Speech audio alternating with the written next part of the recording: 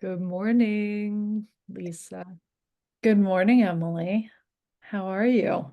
I'm fine. How are you? I'm good. I'm good. It's a rainy Saturday here in New York, and you know, wheel in the sky keeps on turning. It's gloomy and weird here in Atlanta. It's going to be almost 60 degrees and gloomy. So here we are, and we just got to see each other in our human bodies last weekend for our family Good. holidays. We And did. It's the holidays. It's the holidays, and that was a gift, a short, sweet gift to be together um with the family. it really was. And I always feel a little sad when it's done. And I reached out to you today or yesterday, whenever, to see if you wanted to talk about closing out 2024 and kind of just getting ready for 2025, or just giving some words of kindness and love for 2025. Yeah, I mean, I feel like this is the time of year every year when everybody gets worked up. As tired as we are, there's always that kind of drive to reflect and prepare and process and do all the things. And it's interesting because for me, having just taken some time off from my kind of day job, I've been in a very introspective processing place for a few weeks now. And so um, in one way I'm very well well prepared to kind of do the processing. And at the same time, I kind of feel like I don't really want to get too into what 2025 is going to bring just yet. I feel like I want to kind of uh, really acknowledge what is right now and what this year, which 2024, I mean, we can get into it, but to me, and I think you maybe have had a similar experience, most people I know 2024 has not been great. I know a lot of people who are having the kind of like good riddance, don't let the door hit you on the way out kind of feeling about 2024. And it's easy to do that with like the calendar year to put the time frame around whatever bad shit has happened and like want to just like trash it and move on. But I am someone who is always trying to tune into like the evolution of things, of ourselves, of our society. And there's a lot of evolution at play here, I think, and likely more to come.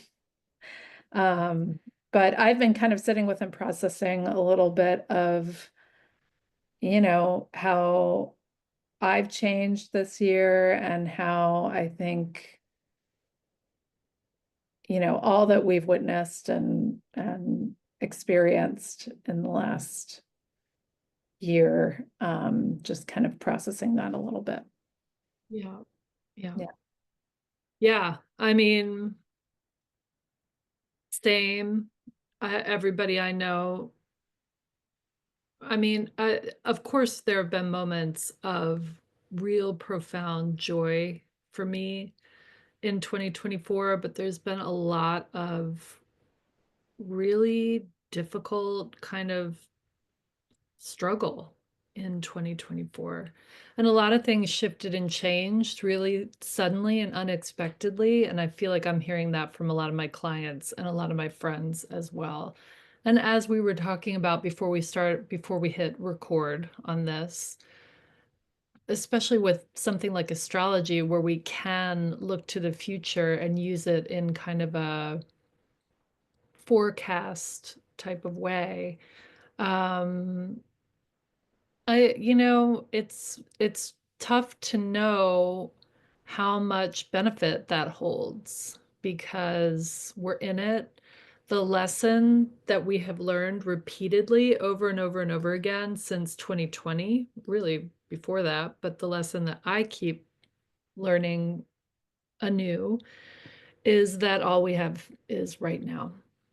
And it's the Yeah. hard thing in our super hyper capitalist, fast paced, grind culture, hustle, blah, blah, blah culture to really stand in the truth of that and in the absolute reality of that, that anything could change at any moment and we just don't know. Yet we're still constantly asked to make plans and projections and get ready and blah, blah, blah, blah, blah, blah, blah, blah. Anyway, Yeah. So that's like the universal truth. But I think, all the astrologers, you and all your friends are all, astrologers have been talking about 2024 and 2025 for a long time. yeah. So I think, it's interesting to be living through these times and seeing how, even though, yeah, at what point does it become kind of not useful to have the like the forecast? It's just like basically we know we need to have snow boots and an umbrella and a coat and a bikini at all times these days.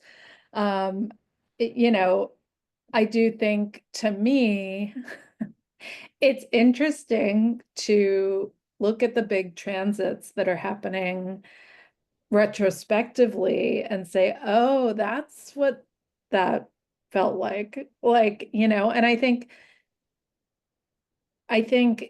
similarly, with the tarot, I use tarot numerology where you can tune into the card of the year, personally and on a collective level. And the fact that we're coming out of what was our strength and justice year, depending on what deck you're using. I think a lot of people have been focusing more on strength.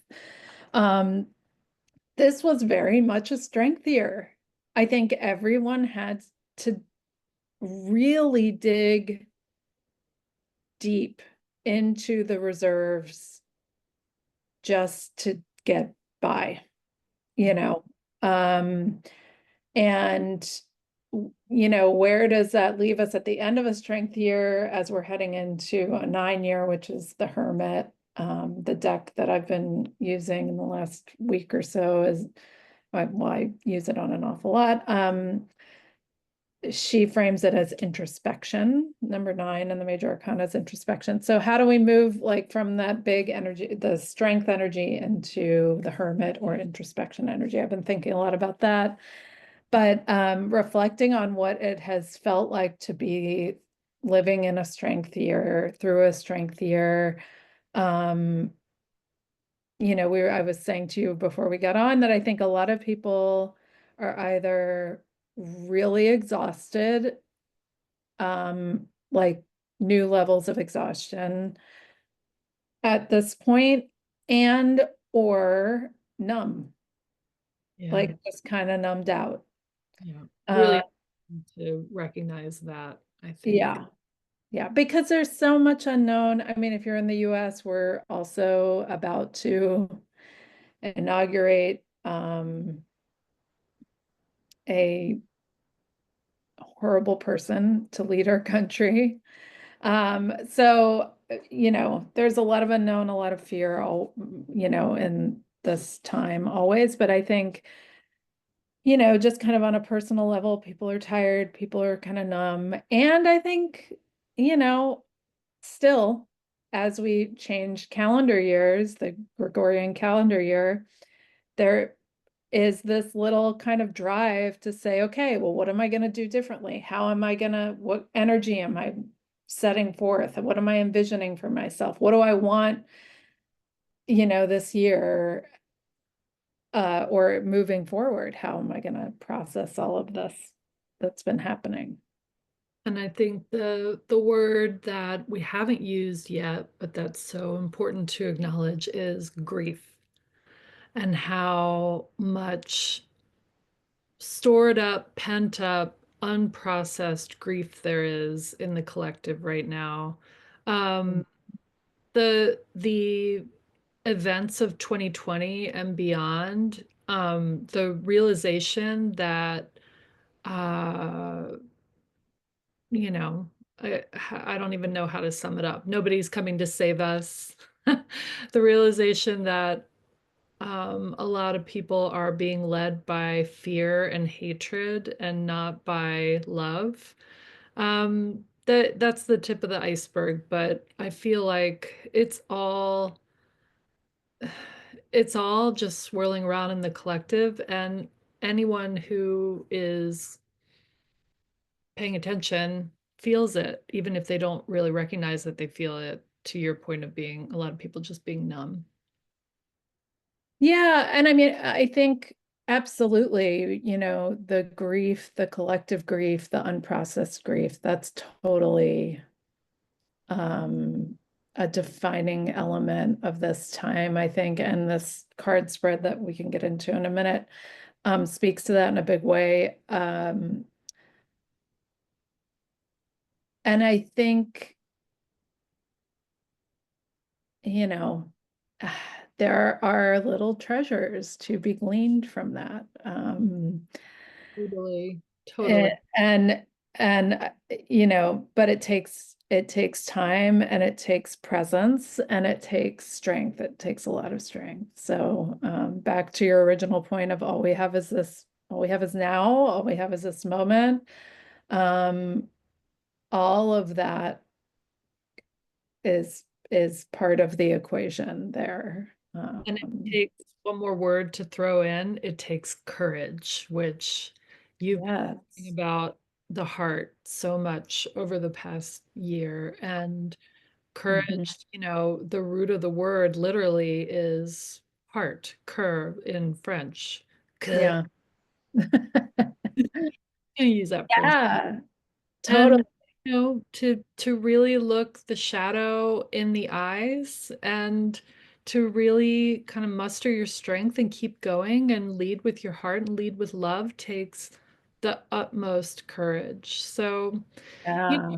I really just want to talk broadly about where we are right now. I'm not going to get too much into the actual nitty-gritty astrology for next year. I'll save that for a time when I feel more called to talk about that. But I want to hear about what you are, the card spread that you pulled. And I want to just situate us in astrological space and time and just broad strokes. We've been going through the Pluto return of the United States of America. I mean, every astrologer has been talking about this. This is like an incredible transformative moment in our country where you and I both live. Um, Basically, the archetype of the phoenix, like burning it down and some sort of phoenix rising from the ashes. It's our opportunity and it's our moment to be going through this life or death moment in society. We really are looking at our shadow. We are trying to birth something new, and what that will be is not written yet. So our collective um, energy will help shape that and determine that. In 2025, we have really most of the outer planets changing signs, which means that the very slow moving outer planets are starting a new cycle. We had Pluto move into Aquarius already, but we have Which is Saturn. major. What's that? That's major, Yeah, so right? major, so Yeah. major. And we're going to also have Saturn, Uranus, Jupiter, Neptune, all changing signs. This upcoming year is really going to be a moment of profound change. And whether the change all becomes apparent in the upcoming year or not is yet to be determined because these slow moving planets often take a while to reveal what's happening. Um, Yeah. so So in I a, think, oh, go ahead. in a nutshell, moment of profound shifts and changes. Those of us who have been, paying attention to this stuff, and anybody really can feel that change is in the air, change has been in the air. We are all in the tunnel of in the birth canal, really. Yeah. Well, and the chaos of that, it feels like. I think that is what, to me, the shift between like 2020 and now has felt like this shift between, if I think of 2020, 2021, maybe into, I don't know, what is time? But like being really in the unknown of just like everybody kind of frozen and in the unknown into the unknown with chaos thrown on top of it is what the last couple of years has felt like, where it's just like, and I think this year has just been, you can't like go to sleep at night and wake up and not have some crazy shit like in the headlines, or that's what it's felt like. I mean, that might be a little bit of an exaggeration, but not really. And just it's just felt so chaotic. Yeah. Um, On the macro and the micro for so many people. yeah, Shifts and turns that we never expected. But yeah, yeah, I think, I think everybody is a little world weary. And, if you're not world weary, if you're not feeling exhausted and spent, good for you. That's great. There's no reason why you shouldn't celebrate if you feel inspired, lit up. There's room for that too. But as far as I can see in myself and my loved ones, my friends, and also my clients, um, everybody's really been struggling. yeah. And of course, I mean, I think also what's being highlighted in these years, this time is, how do you live in polarity? How do you hold opposite truths when the pendulum might be swinging wildly to one side? How do you kind of stay in this place where you can bridge the gap between opposing truths? And I think we're being pushed up against that in such a major way. And I feel like, and I wanted to ask you, to me, those outer planet movements, which are movements that we, like you said, they might take time to unfold. It's not like, a Mercury transit or something like that, where it's kind of comes in and comes out, and you kind of might notice it like a rainstorm coming through or whatever. Um, like the outer planets are more like climate change, like it's happening, over Like time, slow tectonic plate tectonic change. plate shifts.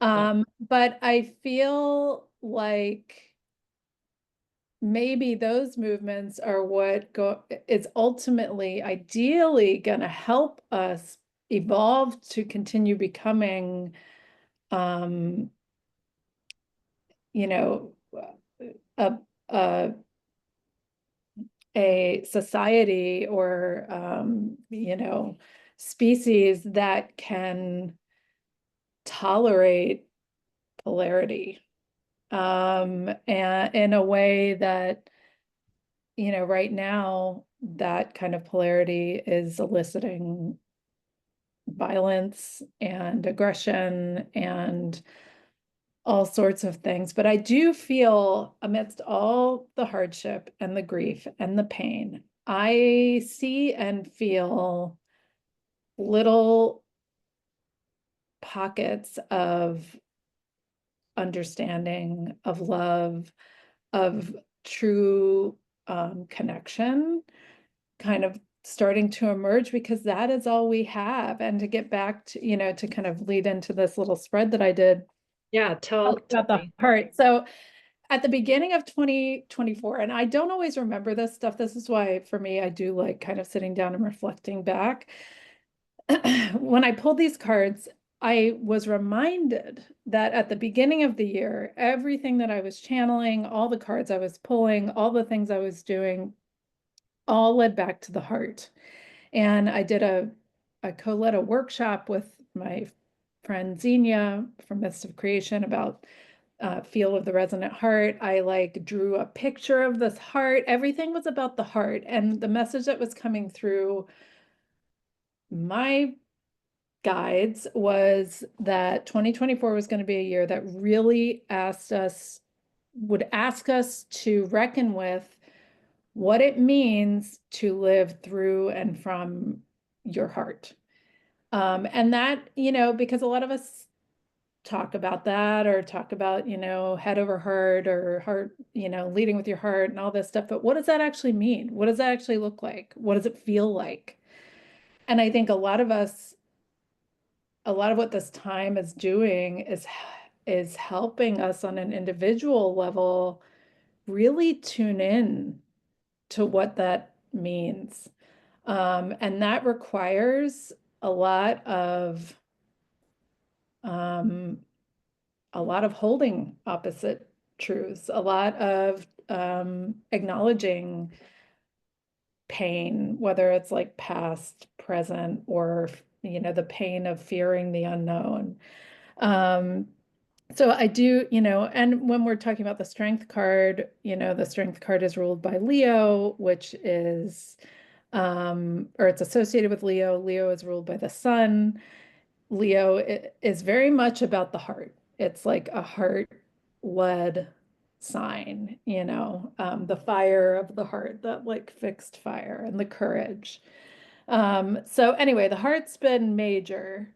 And so I did this little 3 card spread the other day, and the first card that I pulled was what's the lesson, or another word I like to use instead of lesson, because lesson feels so Saturnian, is the treasure from 2024. And we got the Ace of Cups, which I appreciated so much because aces are, really beautiful energy. It's that kind of initiatory opportunity energy, the spark of a new energy. And cups are water. It's our emotions, a lot to do with our intuition, our creativity, our feelings, the waters of us, and all the connection that that brings. And I think the Ace of Cups really reminds us that you know, maybe something that we can kind of reflect on or take with us from 2024 is like, how did we get more attuned to our hearts? How have we expanded our capacity to feel our own pain, to acknowledge our grief, to witness the pain of other people and hold space for that? And for some of us, it's been really hard to do that and continue to function. But I think that's part of what we're being, asked to do. And so the Ace of Cups to me makes me think of where this year did I learn to live from a more emotionally like resonant and aligned place.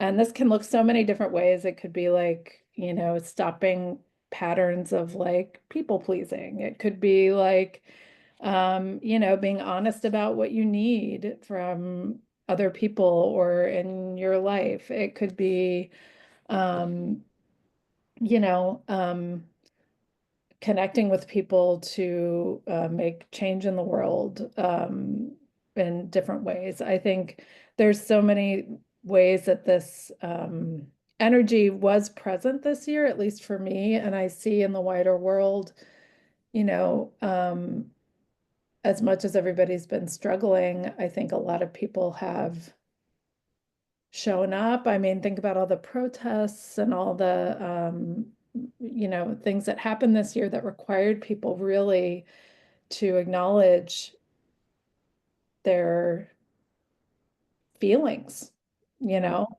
Yeah. And really, again, with the courage, Yeah. um, pull from that. Yeah, so beautiful. And whenever I pull cups or when I think about cups, I also think about community and Yes. how Pluto, how it ties in with the astrology. Pluto moving into Aquarius is really all about cultivating community. Aquarius is about community. Um, and acknowledging that um, we're in this time of global connection. We're in this time of um, being able to communicate and consume and do things from all over the world. But we have, and the pandemic showed us this in with a bright spotlight, we have our communities to tend to, our Yeah. local communities and our circle. Um, and when I see the Ace of Cups, I think of really leaning in to community and really thinking about how to moving forward, how to affect change and transformation and spread love on a local level. Yeah. Yeah. And I mean, and I think the other thing that was coming through with this, and speaking of community, the to me, the kind of treasure or lesson with the Ace of Cups is not just about how do we live from a place where we're giving and creating more love, but how are we receiving? How are we opening up to receive more love and live in that flow of giving and receiving? Because I really think that has a lot to do with us rebuilding communities, tuning into communities. I think a lot of us have kind of lost a little bit of the ability to really be open enough to receive. And that keeps us isolated. It keeps us stuck in a place of, not in a cup oriented place. That's more of like a swords oriented place, I think, when we're kind of protective. And so to me, I think if the Ace of Cups is something that anyone listening wants to kind of consider or work with as they're reflecting on 2024, I think that's a good place to start, is looking about how, maybe you opened up to giving and feeling more, and how you opened up to kind of receiving some of what's flowing towards you a little more readily. Yeah, I think the the the highest expression of Aquarius, and I'm talking about Pluto and Aquarius and how this relates to that card again. And we do have Pluto in Aquarius for the next 20 something years. Um, the highest expression of Aquarius is that kind of benevolent and very community oriented energy. The lower expression can be too much in the head, not in the heart. So Yeah. we're working with both things and we're kind of invited to identify where we are kind of prisoners of our own mind, Yeah. where we can open our hearts to give and receive in community and reflecting on how that went this year and how we can, if we're, if we have the courage to adjust if needed for the new year. Yeah, totally. Um, the second card I pulled, which is interesting, talking about how we're moving into the new year. So I asked for the kind of the treasure from 2024, the hidden treasure. And then the opportunity in this moment for us, like as we're preparing to move into 2025. And it's another ace, which I love, and it's the Ace of Wands. So moving from, the watery element with the cups into fire. And when we think of wands, we think about action. We think about what we're passionate about, that like fire within, the light within that kind of moves us to really create and go after what we believe in, what we want, and just to remember that, we are inherently creators. We are here to experience and create the reality of our lives, both on an individual and a communal level. So I think, again, an ace being kind of an opportunity. I think it's Lindsay Mack that always said it's like an opportunity, but you have to like reach up and grab it. It's not just gonna like drop in your lap. So I think, in this moment, if we're reflecting on like living through the heart with more love, like all of that, with the Ace of Cups, we also have an opportunity here to kind of really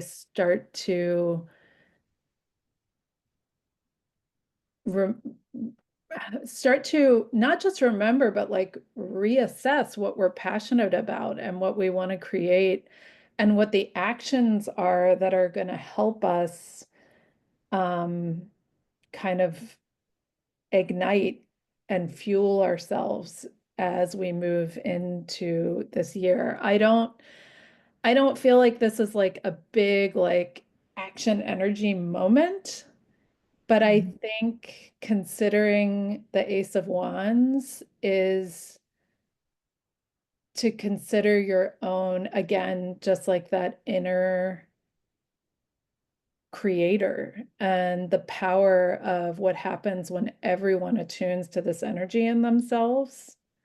And you have a million wands in a field of flowers, like this depiction here, just like lighting the way toward the future.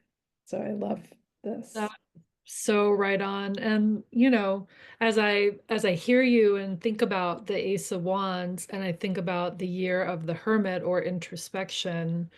Hmm. Introspection, is that what the alternate? Yeah. Hmm. This is the. Um, I'm thinking about Mars retrograde, which you see, Mhm. astrologically, we have the planet of wands, right? The planet of action and vitality. And it's in this extra long retrograde, and it's going to be retrograde for a few more months. Retrogrades are always a time for reassessing, reevaluating, revisiting, all the rewords. But what came to me when you were talking about how this might not be a moment of, action per se, even though we have this Ace of Wands card, I feel like now could be a great time to really revisit, audit where your energy is going and where in your life you want energy to be flowing and what feels authentic, what feels powerful, what feels inspirational, and what you're ready to let go of or leave behind, where you're feeling tired and frustrated and ready to let go of whatever is sapping your energy. And again, that takes courage to really look at what is working and what's not working in terms of where you're putting your energy. Yes, I love that. I love that. The energy flow. I think that's an amazing use of the energy here and what you're talking about astrologically and talking about like what do you want to let go of. What I love about getting two aces here is that it's inherently fresh energy. Like it's not even like talking about letting go because it's just like inherent in the ace is yeah, you can't reach up and take that if you're still like looking down, weighed down with crap that you don't really care about, or that is depleting rather than adding to your life force energy, which is another kind of wand vibe, is like this is chi. This is like life force energy. That's like, um, Yeah. and it's, to me, these aces are inherently hopeful, um,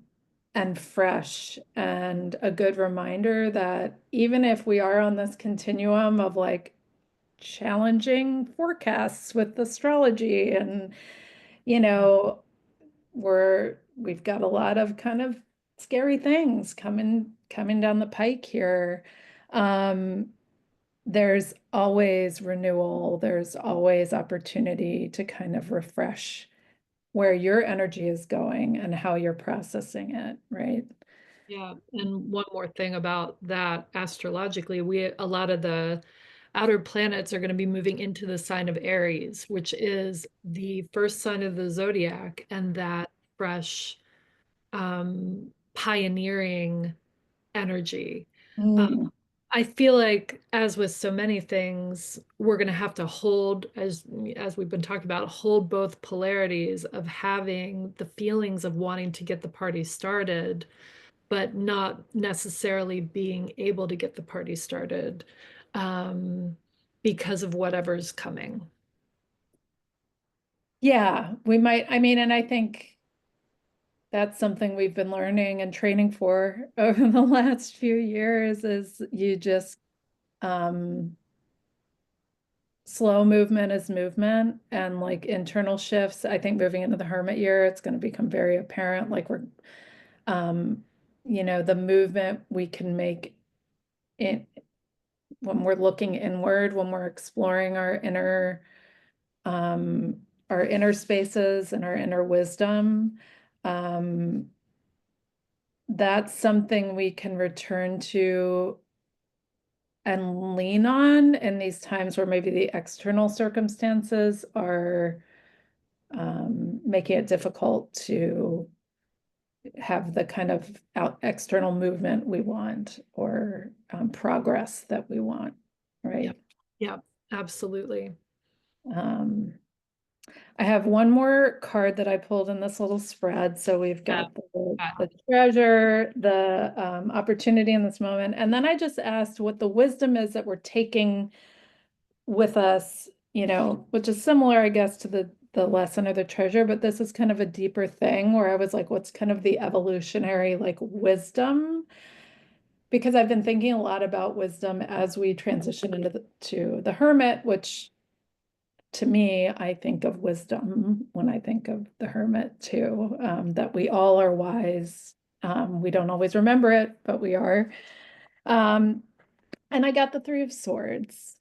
So, poignant bookend on this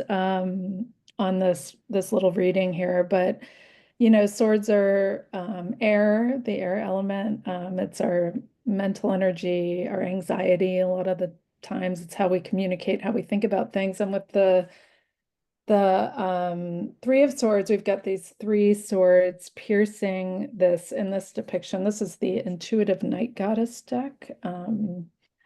But this these flowers kind of in the formation of a heart. I think in the traditional deck it is a heart.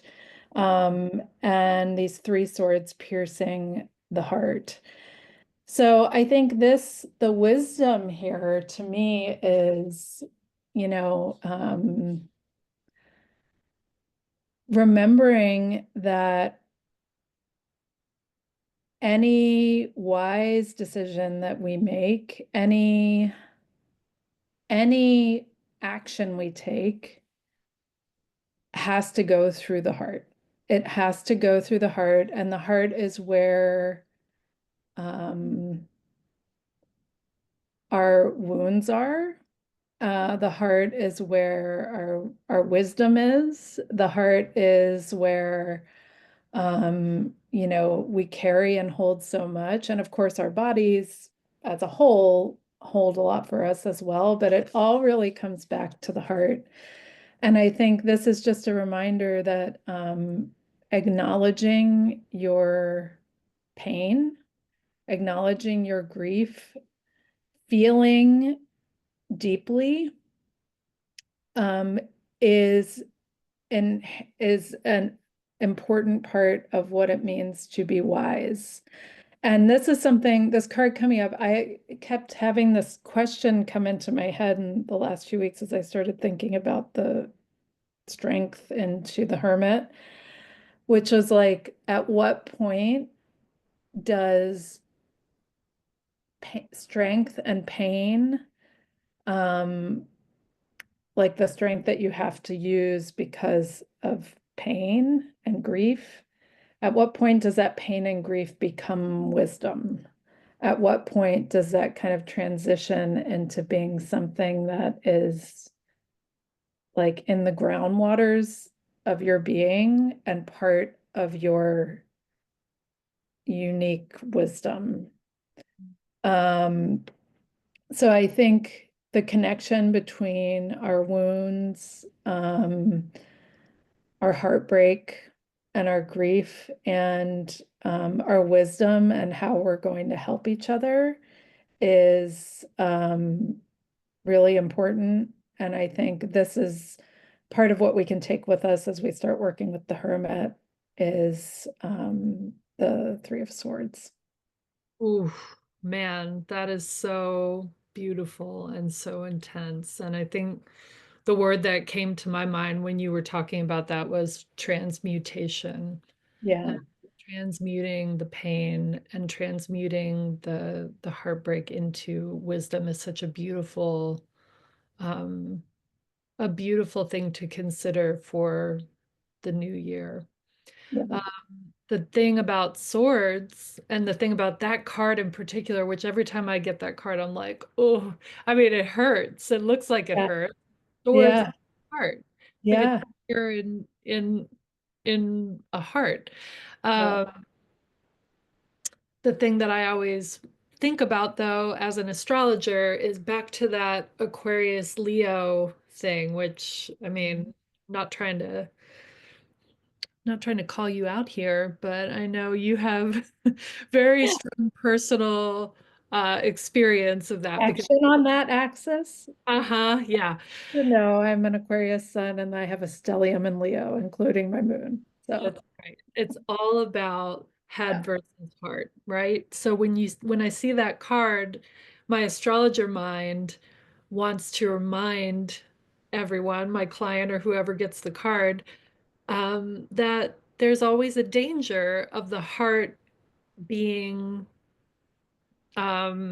knocked out by the head. yeah, There's always, especially at this moment when there's so much external chaos that can make your mind, your human mind just go crazy nonstop. The real higher pro move is to again really get into your heart and really identify what you're feeling in your body and in your soul, not as much in your brain, in your monkey mind.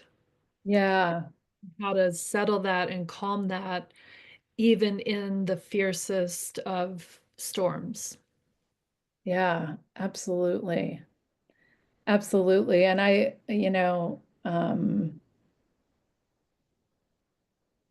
I think the Three of Swords to me always feels like it's the inevitability of heartbreak and like you have um the choice. There's like to me, I also think in this card about honesty with yourself um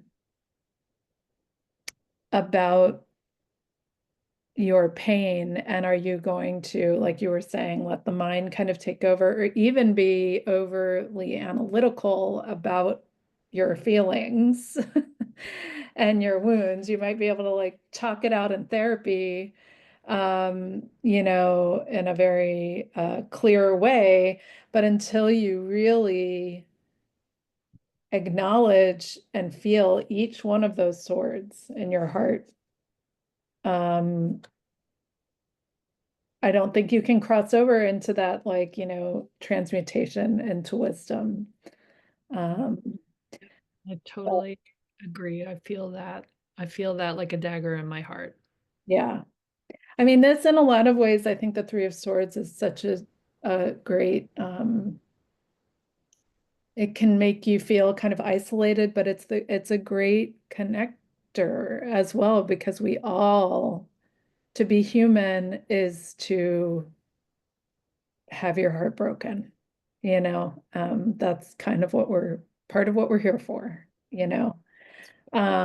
So I think it's a pretty profound energy, this one, for um for all of us. So Mm. So beautiful. Thank you. yeah.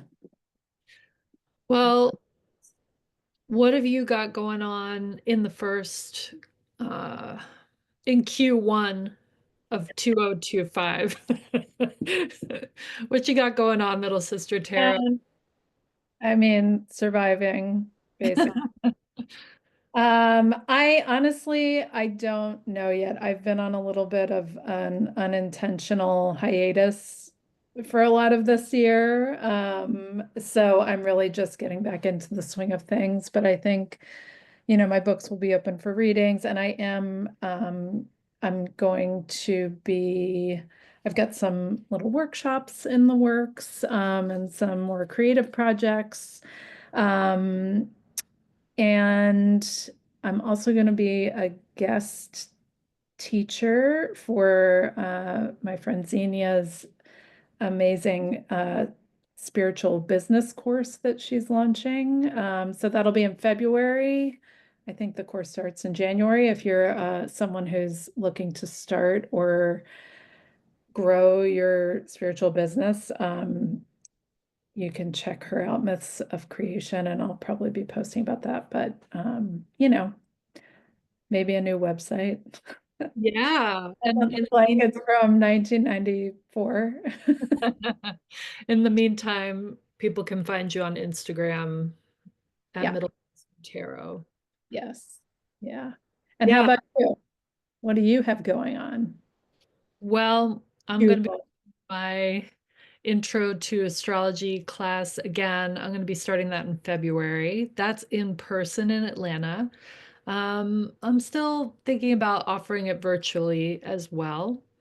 And beyond that, I mean, I've got my books open for readings as well. I have lots of ideas for what to do going forward, and my main goal with my astrology work is to offer support, celestial guidance, yeah, and just, a big old cosmic hug to whoever needs it. And I'm daring to dream that we can continue to collaborate, you and I, um, totally. and maybe in person as well in New York or Atlanta, because I'm always looking for a reason to get back to New York for a visit. Yes, I would love that. And I think it's going to be so. Yep. Yeah, I think so too. Okay, well, thank you. Thanks, Love you. You Okay. off. Bye.